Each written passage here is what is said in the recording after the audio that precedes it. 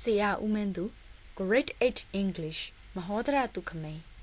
1b. Match the words with their meanings. 1. Monitor. 2. Cursor. 3. Click. 4. Graphic. 5. Menu. 6. Command. A. A movable indicator on a computer screen. B. A view on a computer screen that contains small symbols or pictures. C. An image displayed on a computer screen. D. An order from a user to a computer program to perform a specific task. E. The act of pressing a button on the mouse.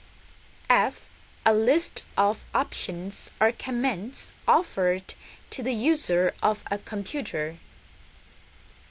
မေခွန်းလေးကိုဘာသာပြန်ကြည့်ရအောင် 1b match ရှင်တွဲပေးပါ the words စကားလုံးတွေကို with their meanings သူတို့ရဲ့အဓိပ္ပာယ်တွေနဲ့ဘယ်ဘက်အချမ်းမှာကသူ့ရဲ့စကားလုံးလေးတွေပေးထားတယ်ညာဘက်အချမ်းမှာကသူ့ရဲ့ meanings လေးတွေပေးထားတယ်အဲ့တော့စကားလုံးလေးတွေကိုသူတို့ရဲ့ meanings တွေနဲ့တွဲပေးရမှာဖြစ်ပါတယ်ဒါတို့သမီးတို့ဗီဒီယိုလေးကို pause ပြီးတော့အရင်လုပ်ကြည့်လို့ရပါတယ် pause လုပ်ပြီးသွားလို့အဖြေလည်းအကုန်ရသွားပြီဆိုရင်တော့အဖြေပြန်တိုက်ကြည့်ရအောင်နော်အဖြေတိုက်တဲ့အခါပို့ပြီးတော့လွယ်ကူအောင်လို့ဒီချက်ဘာသာပြန်ပြပါမယ် 1 monitor monitor ဖန်သားပြင် 2 cursor cursor cursor မြားပုံဒါမှမဟုတ်လက်ညှိုးညွှန်တဲ့ပုံ 3 click ကလစ်နှိပ်ခြင်း click click 4 graphic graphic ပုံ graphic ပုံ 5 menu menu လို့မဖတ်နဲ့နော် menu စာရင်းစရာ menu စာရင်းစရာ 6 command အမိန့်ပေးမှု command အမိန့်ပေးမှုဘယ်ဘက်အချမ်း words လေးတွေပြီးသွားပြီဆိုတော့ညာဘက်အချမ်း meanings လေးတွေကိုဘာသာပြန်ကြည့်ရအောင် match မလုပ်သေးဘူးเนาะဘာသာပြန်သိမှ match လုပ်လို့ရမှာအဲ့တော့အရင်ဘာသာပြန်ကြည့်မယ် a movable indicator ရွေ့လျားနိုင်တဲ့ညွှန်တမ်း movable ဆိုတာကရွေ့လျားနိုင်သော adjective ဖြစ်ပါတယ် adjective နောက်မှာ noun လိုက်တယ်ဒါကြောင့် indicator က noun ဖြစ်ပါတယ် indicate indicate ဆိုရင်ညွှန်ပြသည်လို့အဓိပ္ပာယ်ရတယ်သူ့ကိုမှလူအနေနဲ့ပြောတာဒါမှမဟုတ်တခုခုညွှန်ပြတဲ့သူညွှန်ပြတဲ့အရာအနေနဲ့သုံးပါဆိုရင် indicator ဆိုပြီး or လေးဆက်လိုက်တာဖြစ်ပါတယ် indicator သူကတော့ညွှန်ပြတဲ့အတန်လေးဖြစ်တဲ့အတွက် indicator ရဲ့အဓိပ္ပာယ်ကညွှန်တမ်း a movable indicator ရွေ့လျားနိုင်တဲ့ညွှန်တမ်းသူက noun ဖြစ်တာကြောင့်ရှေ့မှာ a ခံထားတာကိုသတိပြုပေးပါ I am doctor လို့ပြောလို့မရဘူး I am a doctor ဆိုပြီးပြောရတယ်လို့ပဲသူရှေ့မှာလည်း a လေးခံပေးရပါတယ် a က article ဖြစ်ပါတယ် article a and the ဆိုပြီးတော့၃ခုရှိပါတယ်အဲ့ထက်က a ကိုသုံးထားတာဖြစ်ပါတယ်ကဲ b လေးကိုကြည့်ရအောင် a view on a computer screen computer ဖန်သားပြင်ပေါ်ကမြင်ကွင်းတစ်ခု that contains ပါဝင်တဲ့ small symbols or pictures သိငယ်တဲ့သင်္ကေတလေးတွေဒါမှမဟုတ်ပုံလေးတွေ computer screen ပေါ်မှာသိငယ်တဲ့ပုံလေးတွေသင်္ကေတလေးတွေပါဝင်တာဒါဘာဖြစ်နိုင်မလဲခက်မှန်းတာကြီးနော်နောက်တစ်ခုသွားကြည့်အောင် an image ပုံရိပ်တစ်ခု displayed on a computer screen computer ဖန်သားပြင်တစ်ခုပေါ်မှာပြသထားတဲ့ computer ဖန်သားပြင်တစ်ခုပေါ်မှာပြသထားတဲ့ပုံတစ်ခုကိုဘယ်လိုခေါ်မလဲခံမနာကြီးနော်နောက်တစ်ခုသွားကြည့်မယ် D an order ခိုင်းစေမှုတစ်ခု from a user အသုံးပြုသူမှ to a computer program computer program တစ်ခုစီသို့ to perform a specific task တသက်မမတ်လုပ်ငန်းတာဝန်တစ်ခုကိုလုပ်ဆောင်ရန်အဲ့တော့အသုံးပြုသူကနေပြီးတော့စေခိုင်းတာ ဘလို့စေခိုင်းလဲဆိုတော့တသက်မမတ်လုပ်ငန်းတာဝန်တစ်ခုကိုလှုပ်ဆောင်ဖို့ computer program ကိုစေခိုင်းတာအဲ့ဒါကဘာဖြစ်မလဲခံမနာကြည့်နော်ဥပမာ install ဆိုတဲ့ဟာလေးကိုနှိပ်ပြီးတော့ဒီ computer တွေကိုတချို့က software တွေဒါမှမဟုတ်ရင် application တချို့တွေဒါမှမဟုတ်ရင်ပုံတချို့သွင်းလိုက်တာမျိုးတွေဒီလိုသွင်းဖို့အတွက်ကိုက install ဆိုတာနှိပ်လိုက်တာ ਨੇ တခါတည်း computer program ကသွင်းပေးသွားတယ်အဲ့လိုမျိုး computer program တစ်ခုစီတော့တသက်မမတ်လုပ်ငန်းတာဝန်တစ်ခုကိုလှုပ်ဆောင်ဖို့စေခိုင်းတာကစဉ်းစားရကြနော် E the act of pressing a button on the mouse ပေါ်ကခလုတ်ကလေးတစ်ခုကိုနှိပ်လိုက်တဲ့ပြုမှုဆောင်ရွက်မှုဒီလိုမျိုး mouse ပေါ်ခလုတ်ကလေးတစ်ခုကိုနှိပ်လိုက်တာကိုဘယ်လိုခေါ်လဲဒီချက် hint ပေးမယ် hint ဆိုတာကအရေးအမွက်လေးပေါ့ကြားလိုက်လားကြားလိုက်တယ်နော်အဲ့ဒီအတန်လေးကိုခေါ်တာဖြစ်ပါတယ်အဲ့တော့နံပါတ် E ကိုခံမှန်းနာကြည့်နော်နောက်ဆုံးတစ်ခုရောက်ပြီ F a list of options or commands ရွေးချယ်စရာတွေဒါမှမဟုတ်အမိန့်ပေးမှုတွေရဲ့စာရင်းစရာ offered to the user of a computer အသုံးပြုသူကိုပေးထားတဲ့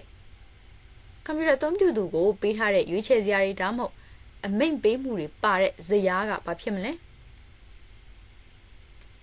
ကဲစဉ်းစားလို့ရပြီဆိုရင်တော့ဒီချက်တော့စပြီးတော့ match လုပ်ကြည့်ပါမယ်နော် 1 monitor ဖန်သားပြင် B a view on a computer screen computer ဖန်သားပြင်ပေါ်ကမြင်ကွင်းတစ်ခု that contains ပါဝင်တဲ့ small symbols or pictures သိငယ်တဲ့သင်္ကေတလေးတွေဒါမှမဟုတ်ပုံလေးတွေပါဝင်တဲ့ computer ဖန်သားပြင်ပေါ်ကမြင်ကွင်းတစ်ခုအဲ့ဒါဘာဖြစ်မလဲ monitor ဖန်သားပြင် monitor ပေါ့ 2 cursor မြားပုံသို့မဟုတ်လက်ညှိုးညွှန်သည့်ပုံမြားပုံဒါမှမဟုတ်လက်ညှိုးညွှန်တဲ့ပုံဆိုရက် cursor ကိုသူကအဓိပ္ပာယ်ဘယ်လိုပေးထားလဲ A movable indicator ရွေလျားနိုင်တဲ့ညွှန်တံ on a computer screen computer ဖန်သားပြင်တစ်ခုပေါ်မှာ computer ဖန်သားပြင်တစ်ခုပေါ်မှာရွေလျားနိုင်တဲ့ညွှန်တံလေးက cursor ဖြစ်ပါတယ်ဒီချက်အခုရှောက်ရွှေ့နေတဲ့မြားလေးကလည်း cursor ပါပဲလက်ညှိုးပုံလေးပြောင်းသွားလဲ cursor ပါပဲဘာလို့ cursor ပါပဲ 3 click ကလစ်နေချင်းခုနဒီချက် hint အရေးမွက်လေးပြီးသွားတယ်ကြားလိုက်တယ်နော်ကြားလိုက်တယ်အဲ့ဒီ click ဆိုတဲ့အတန်လေးကိုဘယ်လိုအဓိပ္ပာယ်ပေးထားလဲကြည့်အောင် E the act of pressing a button on the mouse ပေါ်ခလုတ်ကလေးတစ်ခုကိုနှိပ်လိုက်တဲ့ပြုမှုဆောင်ရွက်မှု 4 graphic ပုံ C an image ပုံရိပ်တစ်ခု displayed on a computer screen computer ဖန်သားပြင်တစ်ခုပေါ်မှာပြသထားတဲ့ computer screen တစ်ခုပေါ်မှာပြသထားတဲ့ image ကိုဘယ်လိုခေါ်လဲဆိုတော့ graphic လို့ခေါ်ပါတယ်သူက C နဲ့စုံတယ်ဆိုပေမဲ့ graphics ဆိုပြီးမထွက်ရဘူး graphic ဆိုပြီးခါခွေးတန်လေးထွက်ရတယ် graphic လိုက်ထွက်ကြည့်ပါဦး graphic လိုက်ထွက်ကြည့်ပါဦး graphic သူ့လိုပဲ C နဲ့စုံပြီးတော့ခတန်ထွက်ရတာ music ဒါတို့မျိုးသတိထားမှာက C နဲ့စုံရင်ခခွေးတန်လေးထွက်ပေးပါ music ခတန်ထွက်ရတယ်နော်အဲ့လိုပဲ graphic အဲ့လိုပဲ mic နောက်တစ်လုံး terrific နောက်တစ်ခါနောက်ထောင်ကြည့်အောင် terrific လိုက်ထွက်ကြည့်နော်လိုက်ထွက်ကြည့်မှအတန်တော့အမှန်ကိုသိရမှာသူက C ကိုအလဲမှာထားလိုက်ရင်တော့ခတန်လေးကိုတိုးတိုးလေးထွက်တယ်နောက်ထောင်ကြည့်နော်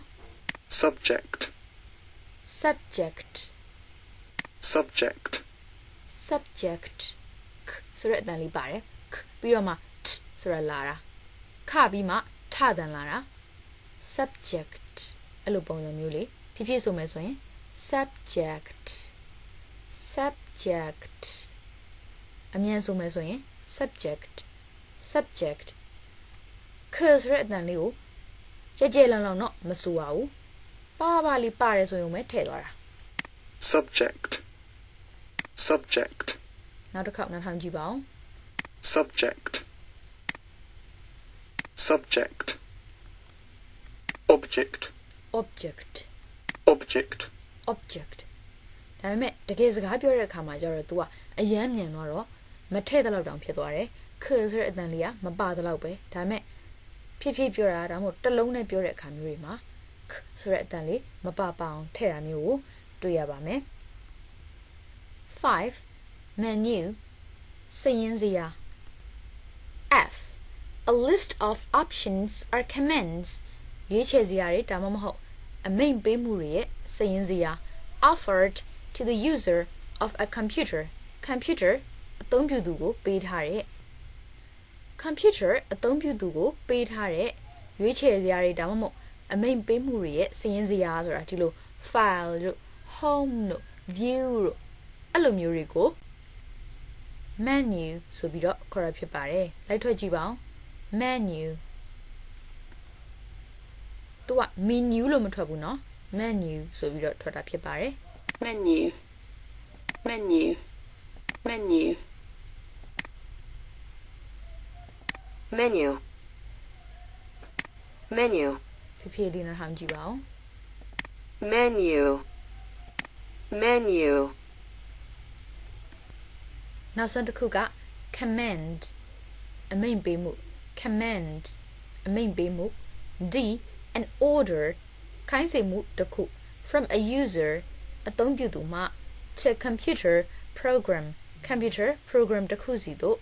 to perform a specific task တသက်မမတ်လုပ်ငန်းတာဝန်တစ်ခုလုပ်ဆောင်ရန် install လို့နှိပ်လိုက်တာလေ command တစ်ခုပါပဲ close လို့နှိပ်လိုက်တာလေ command တစ်ခုပါပဲ cancel ဆိုပြီးတော့လုပ်နေရတဲ့အားလုံးကိုပယ်ဖျက်လိုက်တာလေ command တစ်ခုပါပဲဒါဆိုရင်တော့ကျွန်တော်တို့ matching လေးပြီးသွားပါပြီနားမလည်ရရှိရင်ပြန်ပြီးတော့လေ့ကျင့်နိုင်ပါတယ်ပြန်ပြီးတော့ဗီဒီယိုအစဆုံးပြန်နှားထောင်ကြည့်နိုင်ပါတယ်အဲ့ဒါမှနားမလည်သေးဘူးဆိုရင် comment မှာမေးသွားလို့ရပါတယ်ဒီချက်အားတဲ့အချိန်မှာဖြေပေးထားပါမယ်ဆရာဦးမင်းသူ Grade 8 English မဟောဒရာသူခမိန်